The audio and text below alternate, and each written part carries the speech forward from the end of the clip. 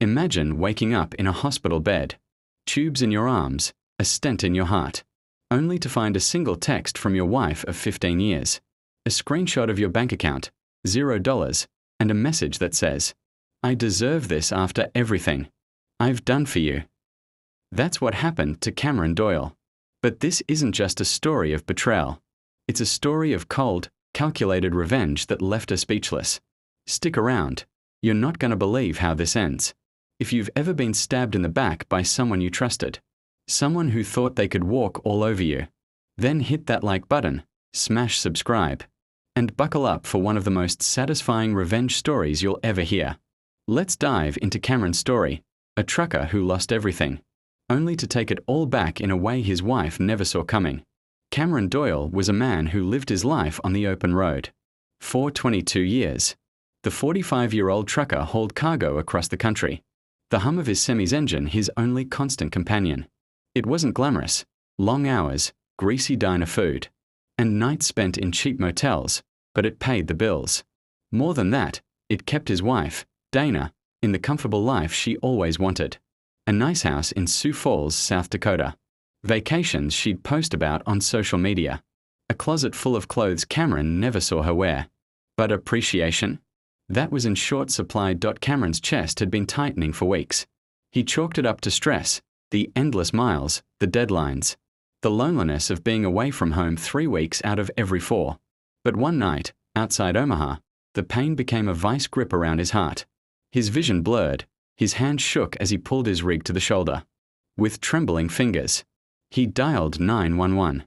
The last thing he heard before the world went black was the paramedic's voice. "We are losing him." 2 days later, Cameron woke up in a hospital bed in Sioux Falls, tubes snaking from his arms, a new stent keeping his heart beating. He'd flatlined twice. The nurse called him lucky. But when he reached for his phone, his world tilted again. One message from Dana. A screenshot of their joint bank account. $61,438.72, gone. Below it, her words, "I deserve this after everything I've done for you." His stomach dropped. That was his emergency fund, his truck maintenance savings, his retirement cushion, everything he'd worked for, bled for, sacrificed for, wiped out while he was fighting for his life. His fingers hovered over the keyboard. 1,000. Emotions swirling in his chest. Rage, hurt, disbelief. But instead of typing a furious reply, he sent a single thumbs-up emoji. Then he turned off his phone and stared at the ceiling. The sterile smell of the hospital burning his nose, Cameron wasn't just tired. He was done. Done with the quiet dinners when he was home, where Dana barely looked up from a phone. Done with the way her voice had grown sharp over the years. Her questions about his hauls replaced by complaints about his absence. Done with the life he'd built for her, only to have her rip it away when he was at his weakest. When the doctor told him he needed rest, no driving, no stress, for at least 6 weeks, Cameron nodded. But he wasn't going home. He called his brother Jeff, a gruff construction foreman, who'd seen his own share of heartbreak with 2 divorces.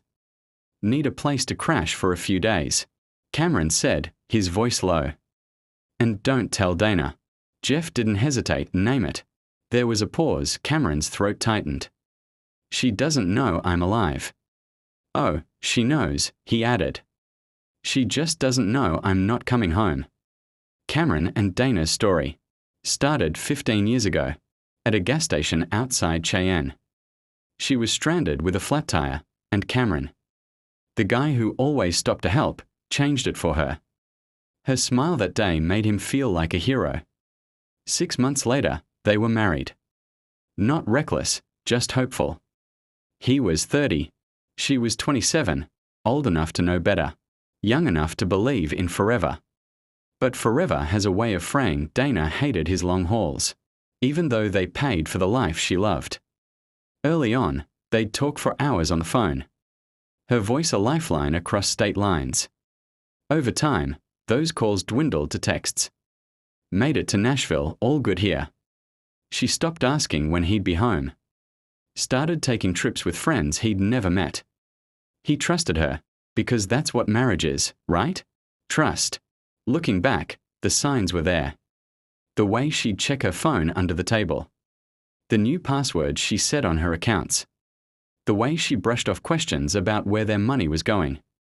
Better interest rates, she'd say, waving him off. Cameron was too busy keeping his rig on the road to notice he was being played. At Jeff's house, Cameron sank into the guest room's lumpy mattress. His brother's words echoing, "You should eat something." But food tasted like ash. His mind churned, replaying the refinancing he'd done 3 months earlier, when Dana was too busy to sign the papers. The house was now solely in his name. A decision he'd made because his credit score was better. She hadn't even asked to see the paperwork. Then there was the medical power of attorney he'd set up after a friend's stroke, with his niece Megan's help. Smart kid, law student. She'd made sure everything was airtight. Dana didn't know about that either.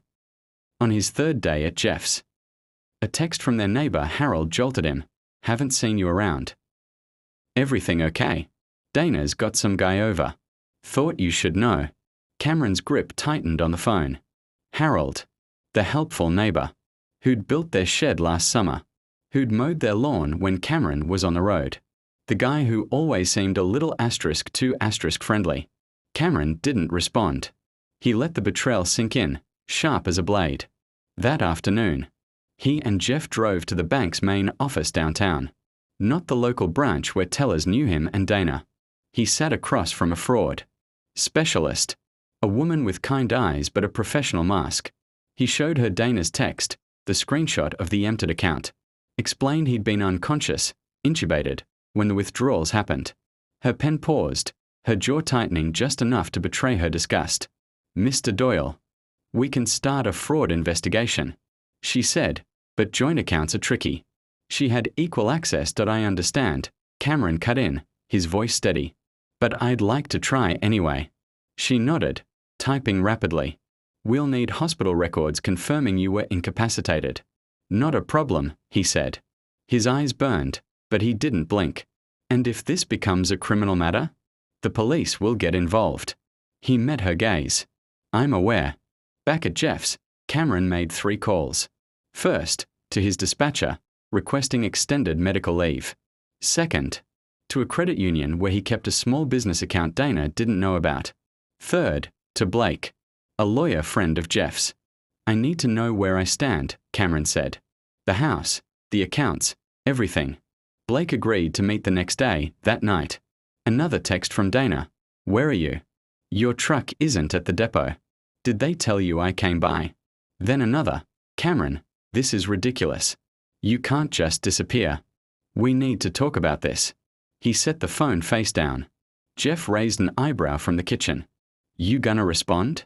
P. Cameron shook his head. "Not yet." He took a walk around Jeff's neighborhood, the South Dakota sky clear and endless. For the first time since the hospital, his chest didn't ache. The betrayal had burned away the fog. Dana hadn't just taken his money, she'd handed him his freedom. A week later, Cameron slipped into their house while Dana was at work. The air smelled wrong, cologne that wasn't his. 2 wine glasses sat in the dishwasher, lipstick smudged on one. Empty wine bottles crowded the recycling bin. The framed wedding photo that used to sit on the hallway table? Gone. He packed his clothes, his papers, a lockbox with his birth certificate and passport. Then he walked out, locking the door behind him. At Jeff's, Blake laid out the legal landscape. The house, solely in Cameron's name, gave him a strong case for possession, especially with his medical condition. The money was trickier. Joint accounts meant joint ownership. But the timing of Dana's withdrawal, while Cameron was incapacitated, could be argued as financial exploitation.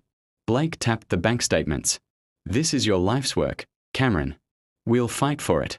Then Dana showed up at Jeff's, banging on the door. "I know you're in there, Cameron." Her voice was sharp, desperate. "You can't just hide. We need to talk." He sat still, heart pounding, until her car peeled away. Her next text came hours later. "I'm sorry about the money. I was angry. I thought you were cheating. I found out about the house refinancing and panicked. We can work this out. Please talk to me." Cheating? Her accusing him? Cameron's jaw clenched. Projection. Classic. He didn't respond. 2 weeks later, Cameron and Blake walked into Judge Harmon's courtroom for an emergency hearing. Dana sat across the aisle. Her lawyer Patricia Wells at her side. Sharp suit, sharper reputation. But Cameron had something they didn't expect. His niece Megan had dug up a bombshell, a secret account in Dana's name, opened 18 months ago, with $127,340.56 in it. Regular deposits, always under $10,000 to avoid detection, and an authorized user, Harold Jensen, their neighbor, her lover. Blake played a video Cameron had recorded in the courthouse parking lot. Dana and Harold arguing. Their body language unmistakable.